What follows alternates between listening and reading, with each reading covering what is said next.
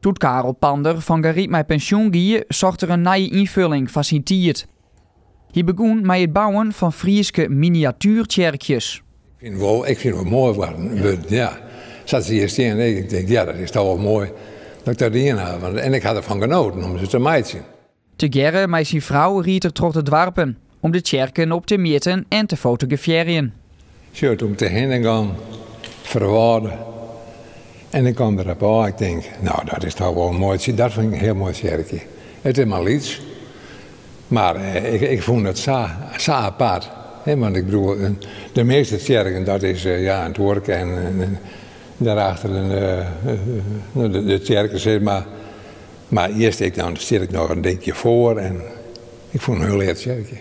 Vooral die klokken, hier dat is uniek. Bij het meidje van in totaal 41 kerkjes komt er ook wel eens een flater bij in.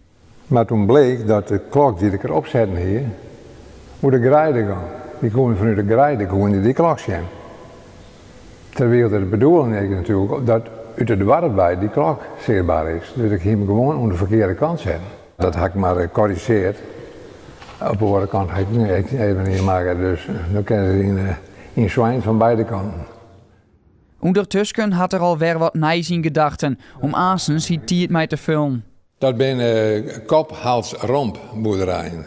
Ik weet niet dat het er ook is, maar ja, dat lokt me wel om daar dus miniatuur kop, hals, romp boerderijen schaal 1 op 100 te maken. Dan ga ik wel wat te doen.